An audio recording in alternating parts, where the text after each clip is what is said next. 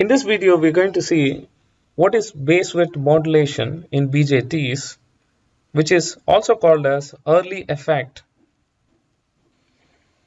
I've taken the PNP transistor in active region of operation, and here the minority carrier distribution is shown for reference.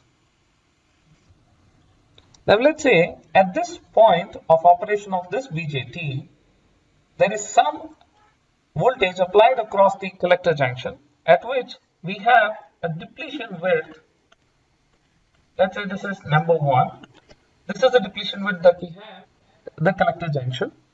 But of course, we know that the depletion width depends on the voltage applied across the PN junction. So in this case as well, the depletion width of collector junction would depend on the reverse bias voltage applied across the collector junction. Now from this point, if we increase the reverse bias voltage across the collector junction, what happens is,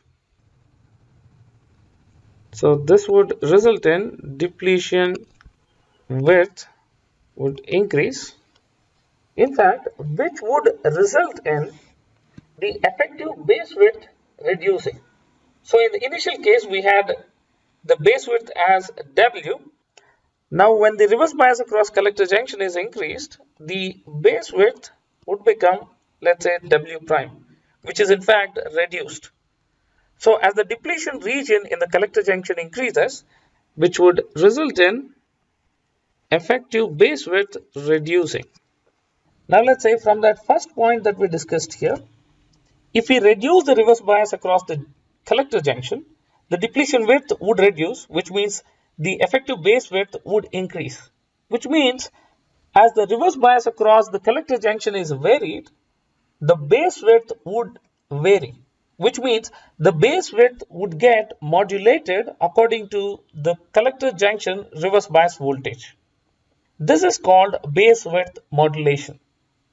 The effects because of base width modulation, the first one is, as the reverse bias across the collector junction increases, base width would decrease, which means the amount of carriers injected from emitter into base, as they get transported from base to collector, these carriers, chances of recombining would reduce.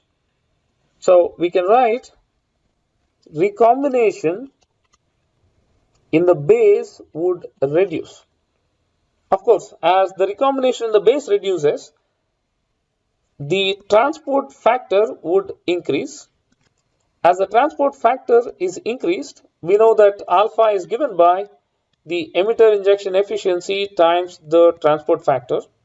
Even the alpha would increase, which means for a given emitter current, the collector current, which is given by alpha times IE plus ICN, as alpha increases, for a given IE, IC will also increase. Now coming to the second effect, that is, now the effective base width has reduced due to the depletion region in the collector junction increase, which means even the electric field would increase and get into this region. The carrier concentration in the base should become 0 at W prime, not at W naught, which means the new carrier concentration profile in base would look like this. So let me call this the second case, this concentration gradient, and let me call this for reference as the first case. Because of this effect, the concentration gradient in the second case is higher. So let me put it this way, that we know that IEP is equal to AQ dP del P over del X, where this P represents the whole concentration change with respect to distance. This partial differentiation at x equal to 0 is IEP, and the same ICP is given by AQ dP del P of x over del x at x is equal to W. Now, because of this change, the W has changed and it has become W prime. Now, if you look at this, because of this base width modulation, when the reverse bias across the collector junction increases, the del P over del X would increase. So if you look at this curves marked here in the base 1 versus 2, the 2 has the highest slope. Hence, the partial differentiation would be higher in the second case. So it's the same value even here, that the slope is going to be higher as we increase the reverse bias across collector junction.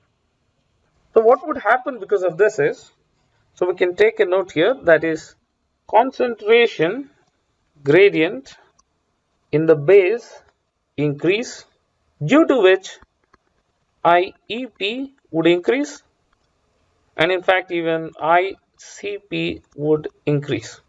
In fact, if we observe that the reverse bias across the collector junction has controlled and made the emitter current to increase, that's why we call these two junctions as interacting junctions.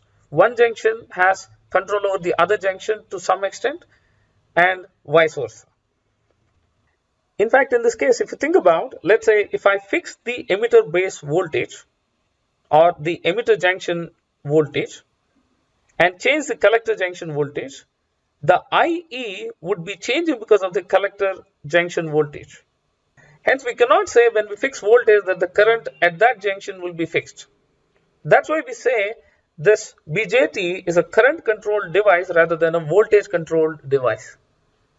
If you find this video helpful, please press the thumbs up button. And if you haven't subscribed yet, please do subscribe and click on the bell icon to get updates on every upload.